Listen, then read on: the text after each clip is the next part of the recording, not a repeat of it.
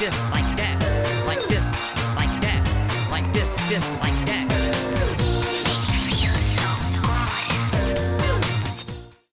Eh bien, bonjour tout le monde, on se retrouve pour le 130e épisode de No Limits 2 et on se retrouve sur une map que vous connaissez déjà si vous me regardez depuis pas mal de temps.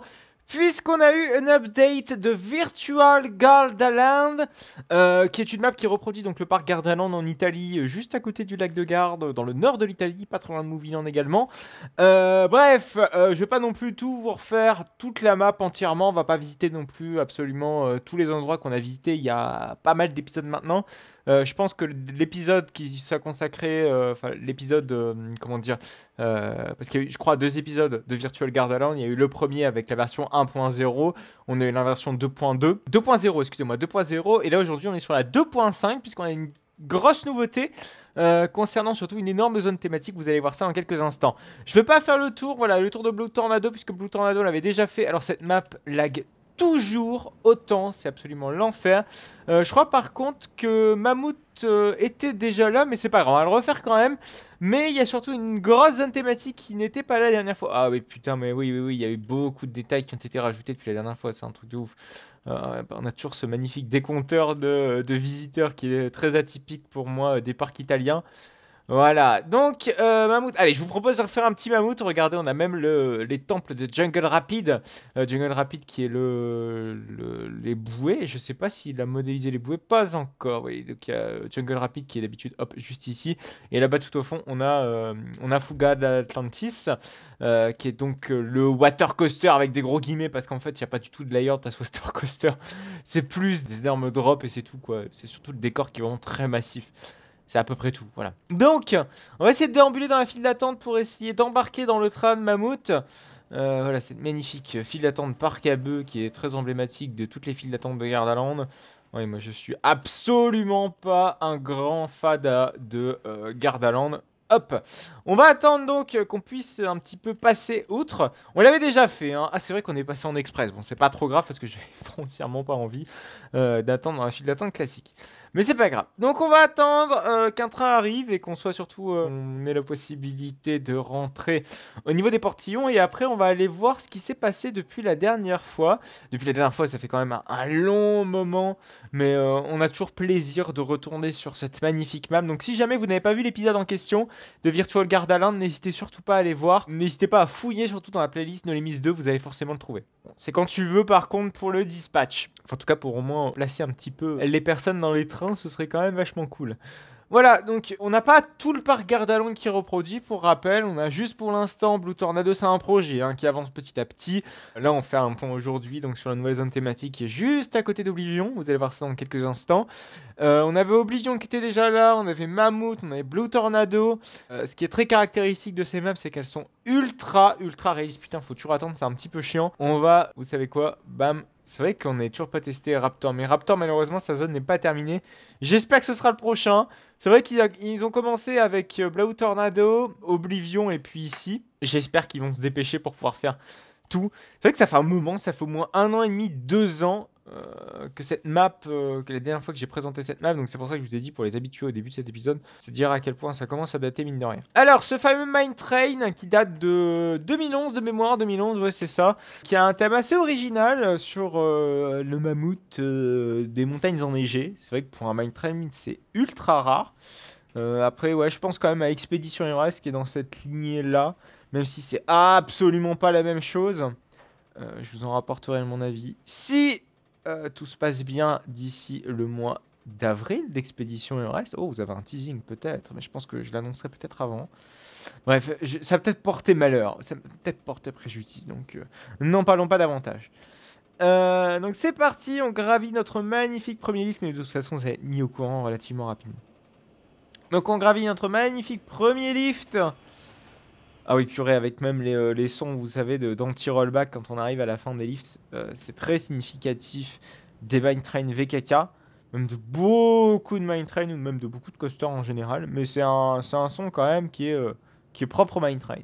Sauf évidemment le merveilleux Colorado Adventure qui fait lutte exception à cette règle, puisque notre ami Colorado Adventure, je le rappelle, a des lifts à pneus pour des raisons de nuisance sonore. C'est l'un des rares Mine Train à avoir un lift à pneus. Et je crois même que c'était pas possible, techniquement parlant, d'avoir un lift à chaîne classique, parce que les lifts sont ultra pentus sur notre ami Colorado Adventure. Mais le souci de Colorado Adventure, c'est que comme Pegasus Express, il a le même problème, comme beaucoup de coasters d'ailleurs, haïssent à pneus, c'est quand il pleut, les roues ont tendance à patiner, à mal adhérer également sur la lame qui est juste en dessous du train, ce qui fait que du coup malheureusement notre coaster ne peut pas fonctionner à pleine capacité, en tout cas par temps de pluie. Voilà, c'est pour ça que je disais comme Pégase, parce que lui aussi ne peut pas fonctionner à pleine capacité par temps de pluie. Au grand regret de tous les visiteurs du parc, ça c'est sûr, hein, et même la direction, quoique la direction devrait un petit peu se bouger le cul. Pourquoi pas couvrir un petit peu le lift de Pégase apparemment, c'est ce qui va être fait. Et de couvrir également le lift de Colorado Adventure, mais ça par contre silence radio, hein. Bon, après Colorado Adventure il a quand même déjà un très bon débit de base, à mi-capacité, c'est pas un débit non plus horrible, mais c'est toujours bien d'avoir une attraction qui tourne à pleine capa quand il y a une forte affluence, quoi. Voilà, surtout que Colorado Adventure il y a rarement enfin, généralement, quand c'est blindé, vous attendez pas super longtemps. J'ai jamais attendu plus de 20 minutes pour faire Colorado Adventure. Et il est hors de question que j'y attende au moins une fois pour faire Colorado Adventure à plus de 20 minutes. C'est sûr. C'était comme Temple of the Nighthawk. Jamais j'ai attendu plus de 5 minutes à ce truc. Et jamais j'attendrai plus de 5 minutes à ce truc d'ailleurs.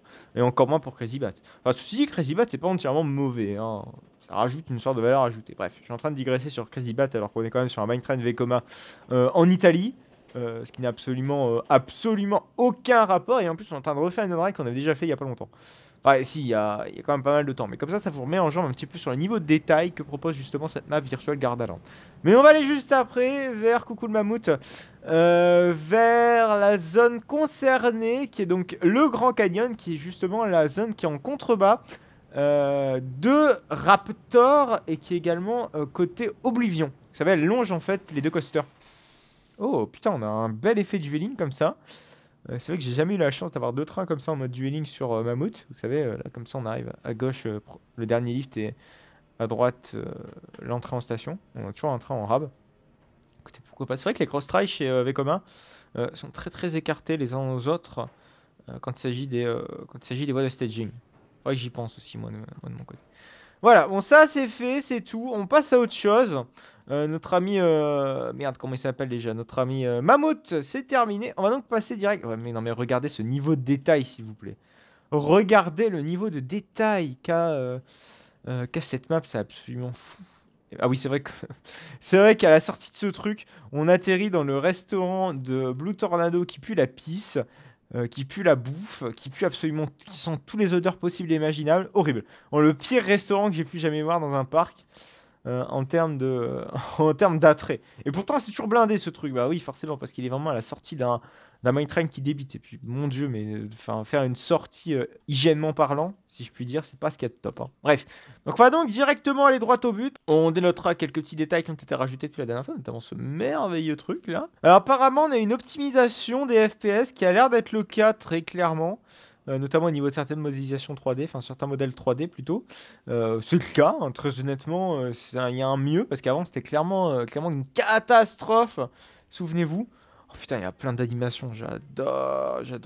Bon, Oblivion, on va pas le refaire, on ira peut-être faire un petit tour en express, alors pas dans la file express, mais plutôt en mode, voilà, pour visiter un petit peu.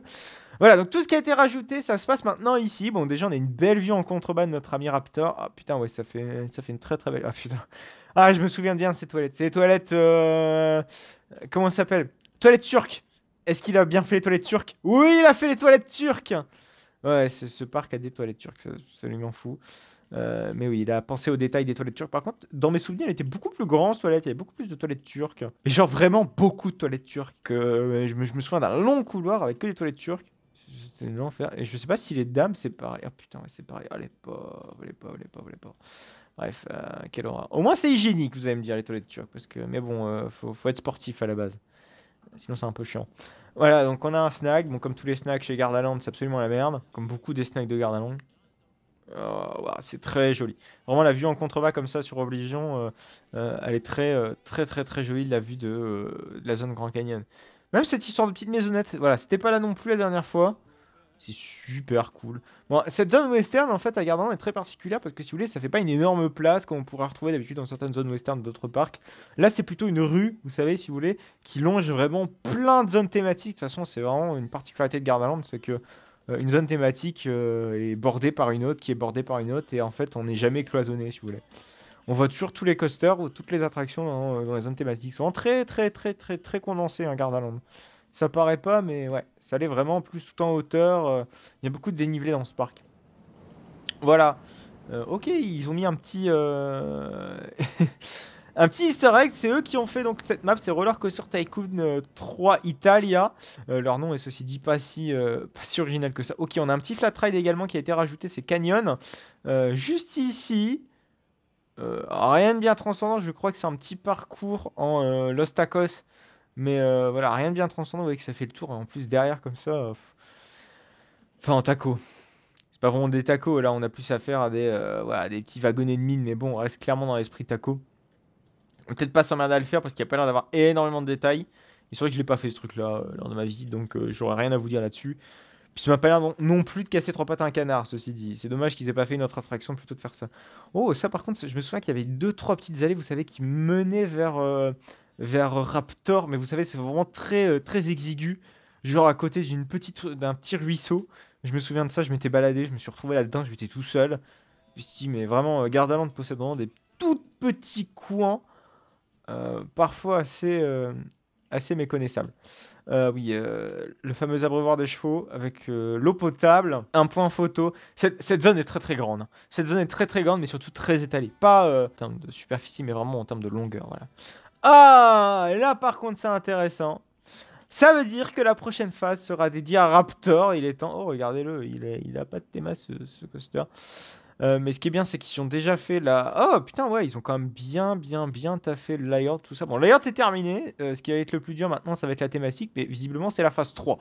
Donc c'est la prochaine phase. Donc juste après la zone de Grand Canyon. Enfin, la zone de Grand Canyon qui a dû demander un boulot absolument faramineux. Mais je serais vraiment très curieux de voir un petit peu ce que va donner la prochaine zone avec la zone de Raptor. Ah oui, je me souviens bien de cette petite loupiote comme ça. La Cantina Mexicana. Ouais, putain, j'ai pas un très bon souvenir non plus de cette zone western, mais voilà. J'ai pas non plus une grande affection vis-à-vis de ce parc, hein, très honnêtement, mais j'ai par contre une très belle affection envers ces créateurs du parc ici, hein. On parle bien du parc Mélimis 2 parce que clairement, vu comment c'est détaillé à foison, j'adore. Putain, ils ont même fait le train et là on repart direct sur Mammouth. Donc ils ont vraiment fait toutes les liaisons possibles et imaginables, c'est super cool.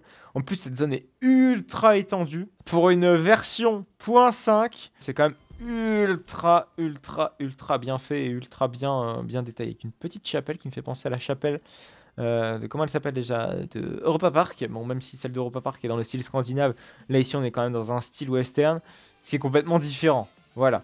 Bon, mine de rien, l'épisode tourne. L'épisode tourne. On va, je pense, visiter une dernière création pour la fin de cette vidéo. Et après, on va pouvoir se laisser. Donc, c'est parti. Bon, là, on va clairement terminer avec un tout petit projet, puisque c'est un minuscule wooden coaster Gravity Group, qu'on peut retrouver par exemple au Parc Saint-Paul. Ou comment il s'appelle déjà, Timberliner. Enfin, non, c'est pas Timberliner, vous savez, Switchback. Oh là, je sais plus, dans un parc à Merlock, mais voilà, je me souviens bien de ce merveilleux Switchback. À un moment, je me souviens qu'on avait une flopée de Gravity Group en mode, vous savez, Houtenback. Enfin, pas Houtenback, mais vous savez, avec une partie en backroad. C'était sympa, mais bon, on a eu notre petite flopée, on a eu notre dose. Puis Timber, évidemment, en tant que Midi Wooden Coaster Gravity Group, avec le merveilleux accent anglo-saxon. Hop, excusez-moi, je me suis mis sur l'autre train et on va aller le rider donc en front row pour voir ce qu'il donne. Est-ce qu'il sera mauvais, bon, excellent? On va voir ça dans quelques instants. Le temps que le deuxième train se positionne tranquillement, je crois qu'il est déjà positionné. Finalement, c'est le temps que la barre se baisse. Ouais, pour faire un petit point sur la map précédente, la Virtual Gardaland, c'est vrai que c'est excellent et j'ai vraiment très hâte de voir le potentiel de la zone Raptor. C'est ce que je pense que j'attends le plus. Et pourquoi pas aussi voir leur Dark Ride. Est-ce qu'ils vont faire Icorsari? Ce serait cool de voir comment ils vont le faire. Puis évidemment, sans parler de... je pense à la zone de Sequoia, Magic Loop, et puis de Magic Mountain, qui s'appelle plus Magic Mountain, qui s'appelle Shaman. Voilà, c'est pas le croisement entre un chat et un humain, pas du tout. Bref, c'est parti. Bon, à mon avis, ça a l'air d'être dans la lignée des Gravity Group, sauf que, vous voyez, il y a un truc que j'aurais vu de chez Gravity Group qui n'a pas été fait là. Ah, finalement, je vais retirer ce que j'ai dit. Ce layout m'a l'air d'être ultra étendu pour pas grand chose. Je ne pense pas que Gravity Group aurait fait ça. On va faire un point vite fait. Ouais, non, il va pas ce coaster. Il va pas. Gravity Group n'aurait pas fait ça. Déjà, la principale philosophie de Gravity Group, très clairement sur leur petit wooden coaster, c'est d'exploiter au maximum la hauteur qu'il prend. Wood Express, généralement, ces coasters-là ont, si vous voulez, leur drop, ou en tout cas leur first drop vraiment bien ancré au sol. Voilà, ils vont vraiment racler le sol pour pouvoir avoir le maximum de vitesse. Généralement, voilà, pour économiser sur toute la structure. Voire même parfois, c'est le cas de Wood Express, vraiment aller au sol, quoi, enfin sous le sol, en essayant de creuser, voilà, pour aller au maximum du maximum de chez maximum, à fond, vraiment dans l'économie de support, j'ai envie de dire, et pour pouvoir réduire les coûts. Voilà, c'est clairement l'objectif de ce genre de petit wooden, hein, sinon je pense qu'un parc n'hésiterait pas à acheter un très gros wooden. Et généralement, voilà, juste après les airtime, généralement les boss, pareil, ça hésite pas à aller vraiment dans les creux. Là, on a beaucoup de supports usés à rien. Là. Et très honnêtement, je vois pas l'intérêt de ce creux-là. Surtout que ce creux-là, on n'a même pas une pointe de G. Vous savez, rien du tout. RAS. S'il avait une réelle... Ouais, franchement, ça va pas. Puis regardez ce grand virage comme ça. Pareil, alors déjà. On va reprendre un par un. Bon, déjà, pour la first drop, pourquoi pas? Ça, c'est pas gênant. Je pense que déjà Gravity Group aurait été beaucoup plus dans le creux. Comme ça, voilà, on aurait fait un plus grand creux. Avec pourquoi pas une bosse beaucoup plus relevée. Pareil ici. Ici aussi. Et je pense qu'ils auraient fait l'économie quand même de ça là. De cette tranchée. Quel est l'intérêt? Surtout qu'ils auraient fait une bosse pourquoi pas beaucoup plus haute. Comme ça. Avec un airtime pourquoi pas twisté. Ils auraient pas fait un virage aussi large. Ça c'est clair et net. Et je pense qu'ils seraient passés en dessous d'une structure déjà existante. Vous voyez le truc, en essayant de ne pas aller commencer à faire des tranchées. Parce qu'il aurait été complètement con. Et pareil, voilà. Donc là, on a beaucoup de bunny hops en hauteur. Et généralement, voilà, c'est pas gênant la zone de frein, puisque la zone de frein, généralement, ça arrive comme ça après, si vous voulez, à une grosse remontée pour après arriver sur les zones de frein. Généralement, c'est comme ça. En tout cas, sur Wood Express et sur notre ami Timber, à Bolivie-Rhône-Alpes. Bref. Pas très convaincu par ce wooden coaster. Très honnêtement, je pense qu'il y a un gros point à revoir. C'est surtout sur son layout et ses économies de support. Enfin, ça me paraît complètement dénudé de sens de devoir faire un petit wooden coaster et de devoir beaucoup utiliser des supports en essayant de le surélever. Vous voyez le truc, enfin bref. Ça me paraît complètement ridicule. Après, à voir si c'est moi qui ai dépassé. Puis généralement, les wooden coasters comme ça, si vous voulez, on fait une grande fondation et puis on s'emmerde pas. Ça coûte moins cher. C'est moins chiant à faire parce que faire des petites fondations comme ça, certes c'est plus esthétique de faire des petites fondations comme ça, je suis parfaitement d'accord avec vous, mais le problème c'est que c'est vraiment un enfer pas possible pour pouvoir calculer tout ça. Voilà. Généralement ce que font les parcs c'est qu'ils font une grande dalle, enfin, en tout cas pour les wooden coasters pas chers j'ai envie de dire. Troy a ça, je pense que Toverland a justement fait des économies sur les fondations, à défaut de faire des économies sur la structure et sur l'imposant layout. Je pense qu'ils ont voulu vraiment faire un gros layout chez Toverland, mais c'est le cas aussi sur Timber, c'est le cas aussi, je crois que c'est un peu le cas sur ID, mais pas sur tout son layout, hein. C'est le cas également sur Untamed, mais pas pareil, pas sur tous les layouts.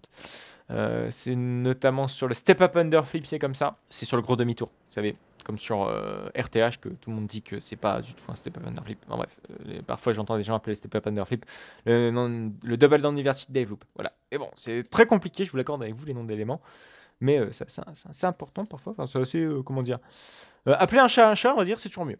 Bref, je pense que c'est à peu près tout donc pour cette vidéo. On va se quitter là. Vous pourrez me retrouver la semaine prochaine, donc pareil, dans No Limits 2.